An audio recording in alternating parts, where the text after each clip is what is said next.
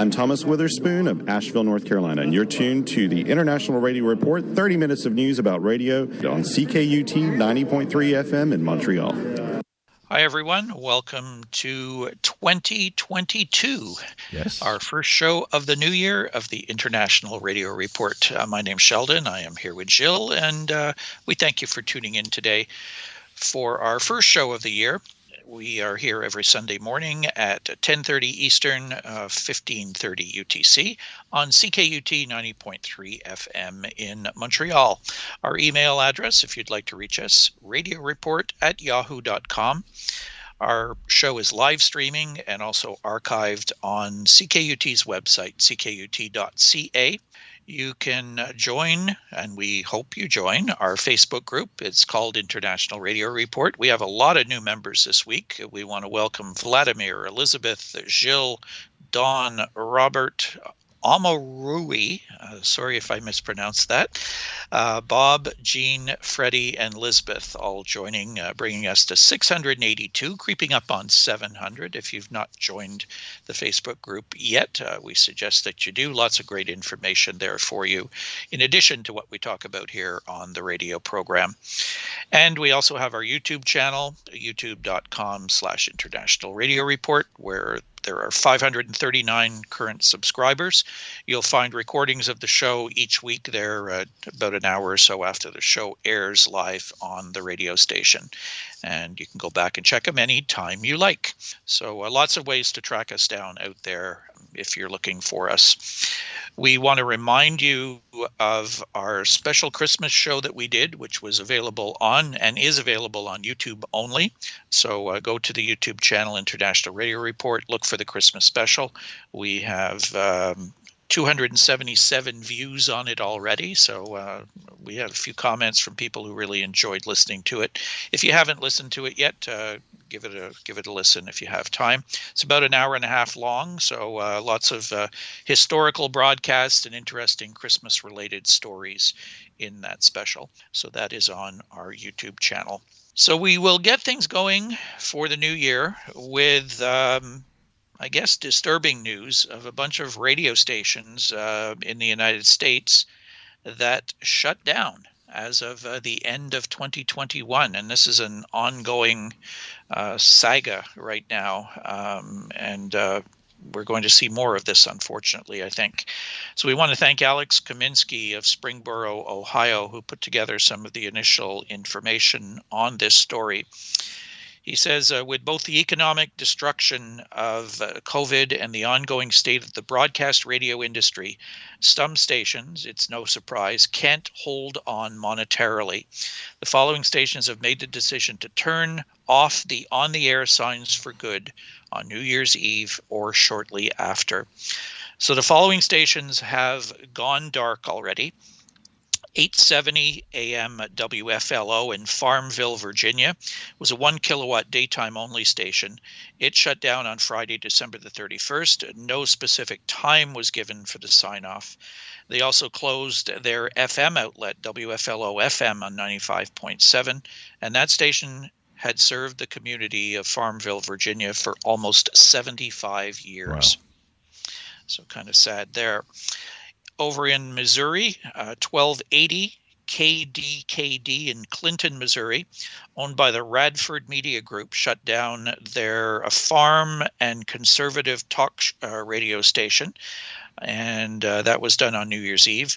The station owner, Clayton Radford, writes that tower owner Crown Castle informed the company last week that it intended to decommission the tower in January.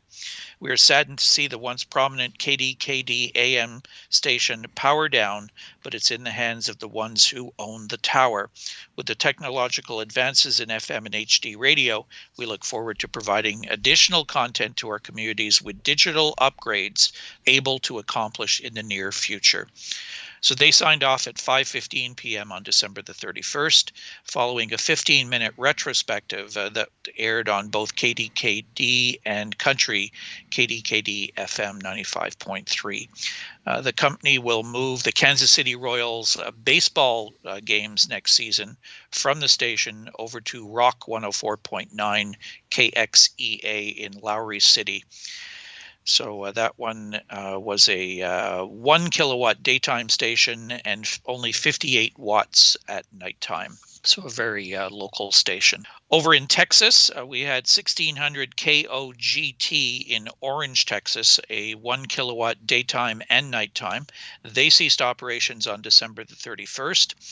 They had signed on in 1948 and had been owned by Gary Stelly since 1992.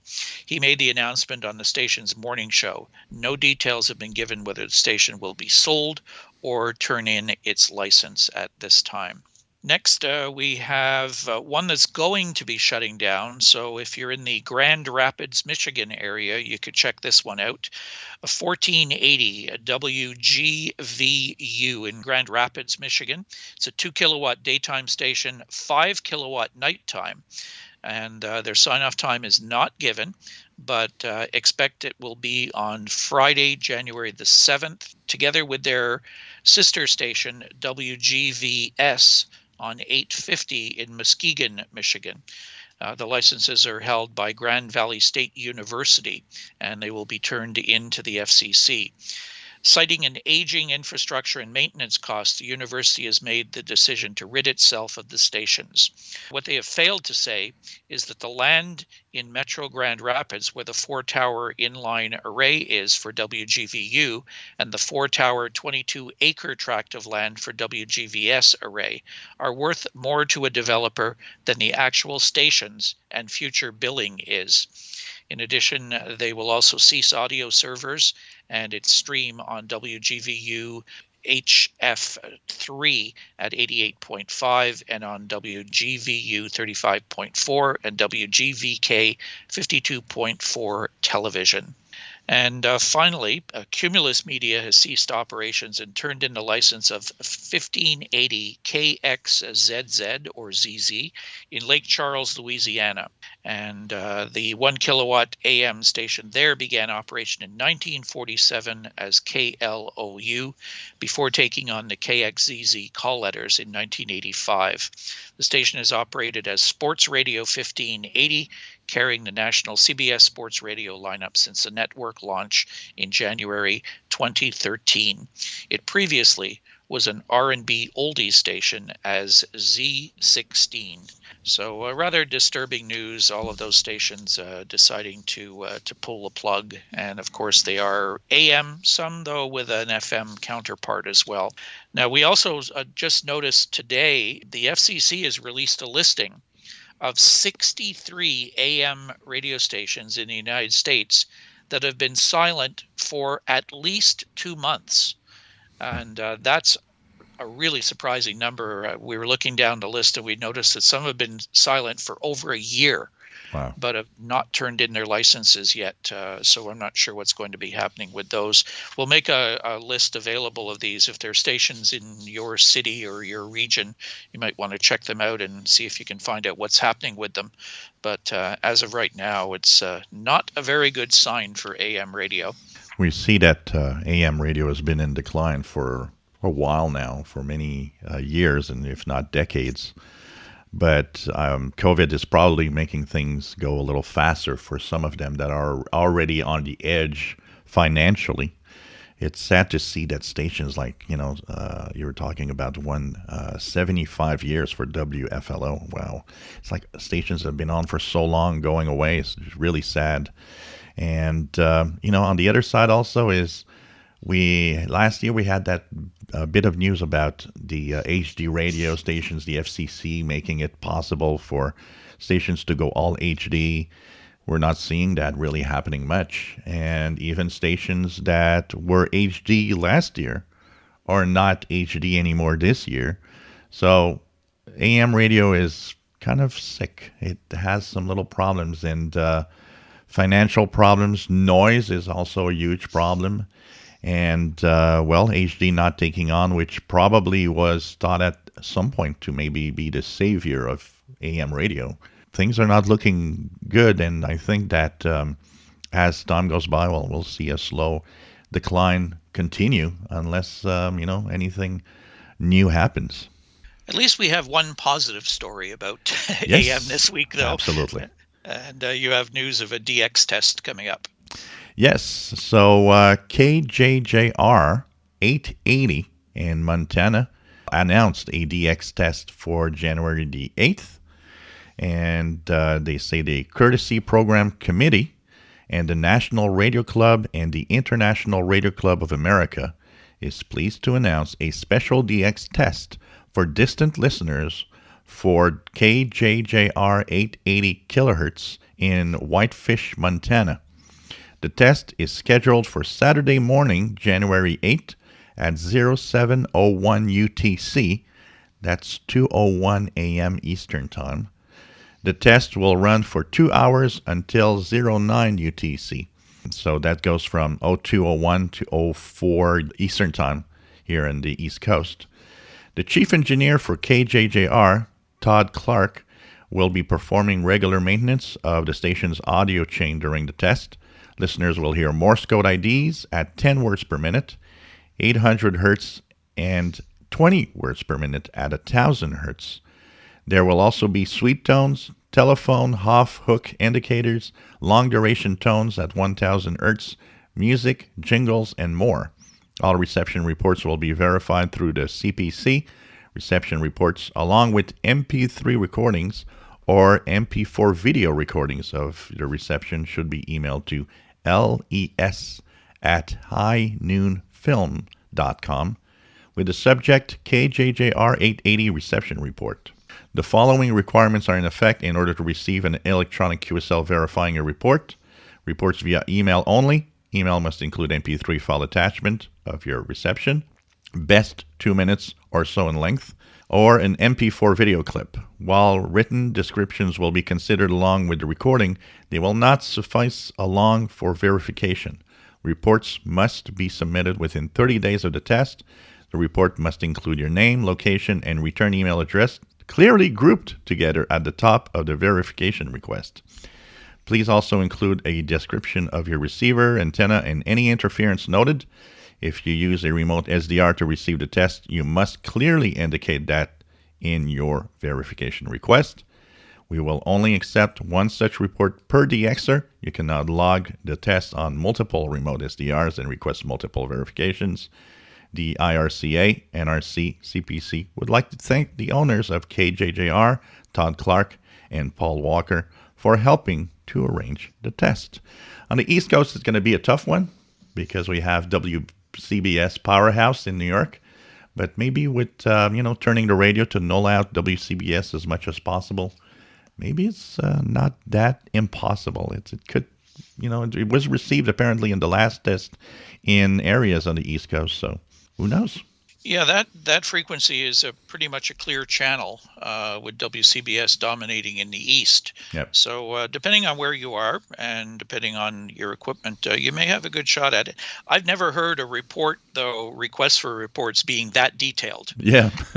I mean, they are really specific and giving you a time frame and MP3s and the whole works. It's very well organized, but very specific. So we'll post a link up for this. You can check it out and get ready on January the 8th. Yep.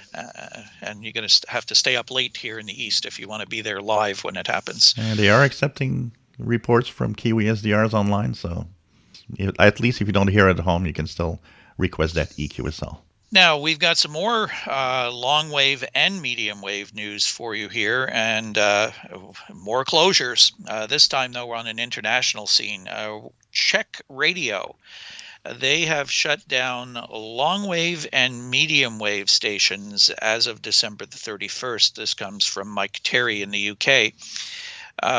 Long wave station 270 for Czech Radio, 270 kilohertz, was expected to switch off at 2300 UTC December the 31st. They were also going to close medium wave transmitters on 639, 954, and 1332 kilohertz, and the CRO Plus station on 1071 kilohertz. So that is wiping out quite a number of stations in the Czech Republic on one long wave, which has been picked up in really good reception of that in many places. Absolutely. And all of those medium waves pulling the plug in the Czech Republic. Continues a trend in Europe, where many countries are abandoning long-wave, medium-wave, unfortunately. Yeah, and in a somewhat related story, we've been talking about shutting down medium wave stations. This comes from a new source of information, which we're really glad to find out about, a blog called Radio Reporter. It does have a lot of international stories on it. And this one from December the 21st, no medium wave radio on electric cars, ? The abandonment of thermic engines is a mandatory goal to reduce CO2 emissions. The automotive industry is getting ready, and among the aspects that are being discussed, there is also radio listening. On electric cars, HF interference is generated primarily by the frequency converter, a device that controls the amount of power delivered by the electric motor by turning the voltage on and off thousands of times per second. This generates signals that fall in the medium wave broadcast band. Electrical noises such as distortion and crackling, similar to those emitted by smartphones, TVs, computers, vacuum cleaners, and hair dryers. In addition, static electricity, which creates crackles, increases with the power of the motors. So much so that some manufacturers such as BMW, Mini, Tesla, and Volkswagen have eliminated the AM band in their current cars. Others, like General Motors, are studying the problem, but the solution isn't around the corner. Xperi Corporation, a leading digital radio company whose HD radio standard, a patent it owns, is used both in FM and AM bands, claim that its transmission system is not afraid of interference. And it presented test results at the NAB Broadcast Engineering and Information Technology, the annual conference of American broadcasters. According to Pooja Nair, an engineer at Xperi Corporation, a fully digital AM signal resists interference much better than an analog one. You know, the fact that more and more of these electric cars will come on and be sold, it's scary for radio. We talked about the decline of AM radio, and we often talk about where do people listen to radio a lot. It's in the car, and that is really bad news. Once again, you know, HD radio standard trying to get there and saying, well, you know, we are the solution. I just said it earlier today, where most stations are turning off that signal. I don't know where we're going here, but these cars will definitely emit a lot of noise. And how easy is it to really fix that problem? I don't know. I don't know how they can do it, because they'd have to, you know, really shield everything and then close everything so that none of that RFI gets out of the motor and of the different circuits. I mean, there's inverters and all sorts of things in there. That looks bad for AM radio, that's for sure, in the near future. Remember when Industry Canada here in Canada and the FCC in the United States used to chase down interference sources? Yep. Well, I guess that doesn't count for these things. They're just going to say, well, sorry, you want your electric car and we want electric cars and, AM stations. Well, sorry, but, we're not going to try to put anything in to try to eliminate these problems. So you're going to have to live with it or die with it in the case of many AM radio stations. It feels a lot like these agencies are now in the I don't care really about it anymore. So what's happening with our sun? Because we care about the sun, as it might actually change what we receive. There's been, of course, a host of sunspots all week. Lots of little flares and M flares in almost every day this week, actually.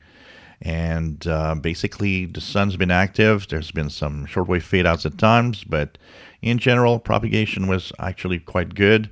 The solar flux hovered above 100 all week. It's 102 right now. The sunspot number at 77. And conditions are, in general, pretty good and relatively quiet. Even though there are flares, there weren't really a lot of coronal mass ejections really being sent out to disrupt communications. What could be a problem is a minor stream of solar wind that's flowing from a coronal hole.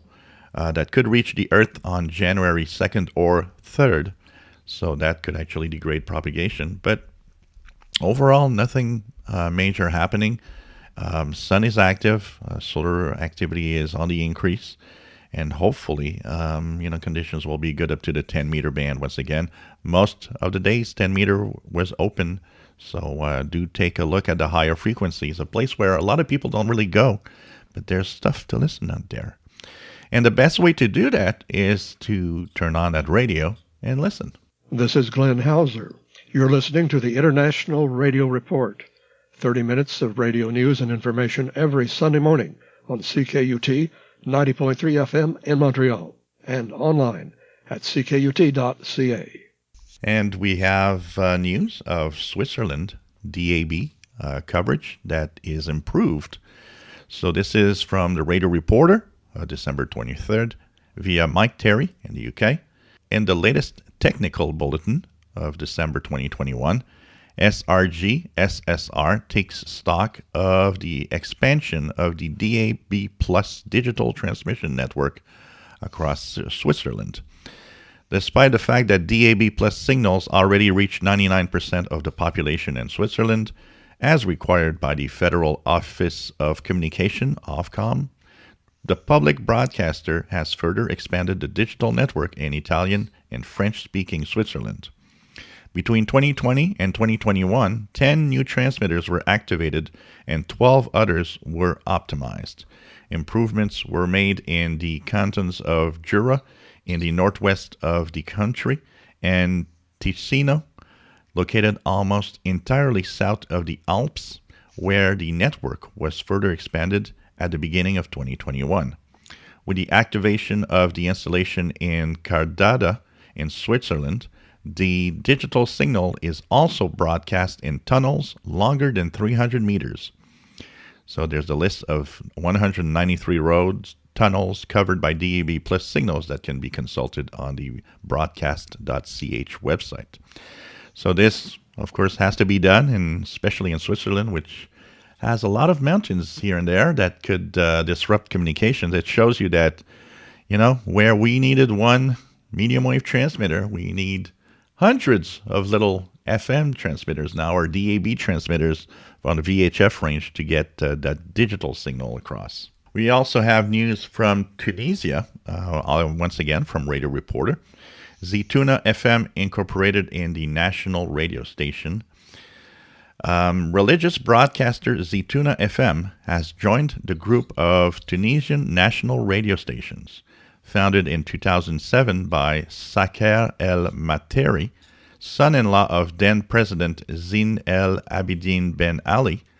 It was confiscated after the revolution of 14 January 2011. 10 years later, the station was officially incorporated into the National Radio Authority. On the Tunisian radio portal, however, it is not yet listed among the stations that can be listened online, which included Radio Nationale, RTCI, Radio Tunis Chaîne Internationale, Radio Jeune, Radio Culturelle, Radio Sfax, Radio Monastir, Radio El Kef, Radio Gasfa, and Radio Tatawin.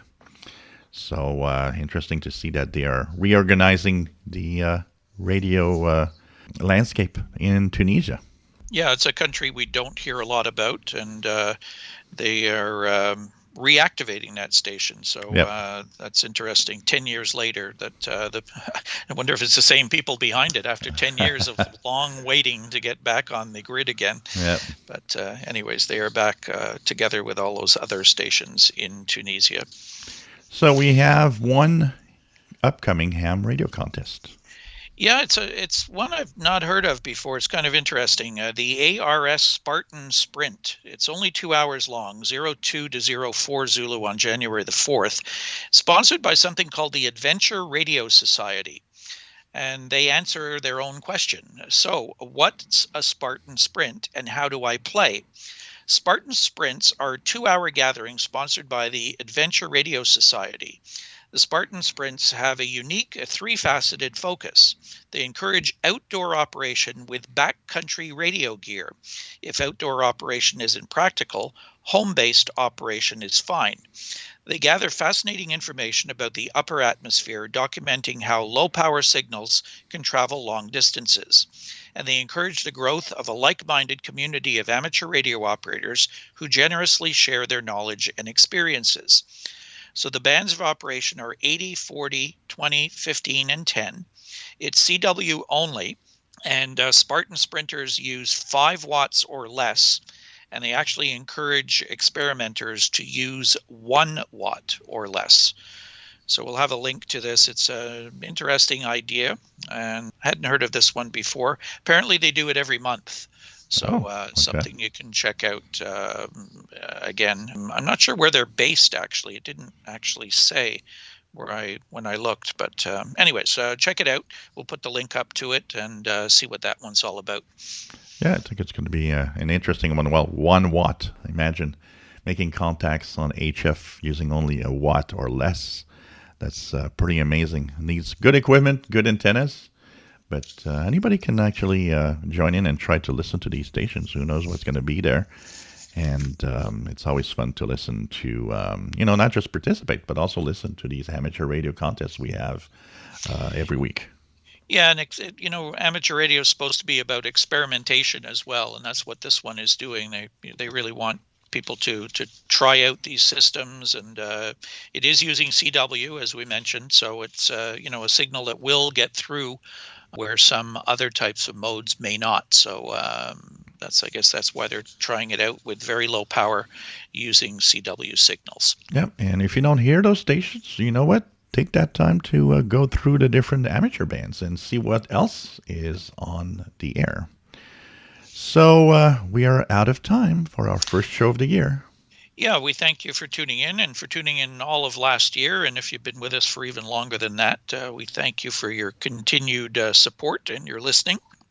We love to hear from you. RadioReport@yahoo.com. You can email us there or post up messages on our Facebook page, which is International Radio Report. And do join it if you haven't already joined it. Lots of great information there. We thank everybody that's been sending along stories and posting up reception reports of different stations and what have you on the Facebook page. So do check it out. That will do it for us today. We thank you for tuning in. We will be back again next Sunday with our next edition of the International Radio Report on CKUT 90.3 FM in Montreal. Have a great week and Happy New Year, everyone. Happy New Year. And now, with a few seconds of the old year left, we await the turns of Big Ben from midnight Greenwich Mean Time to ring out the old year and to ring in the new. This is London.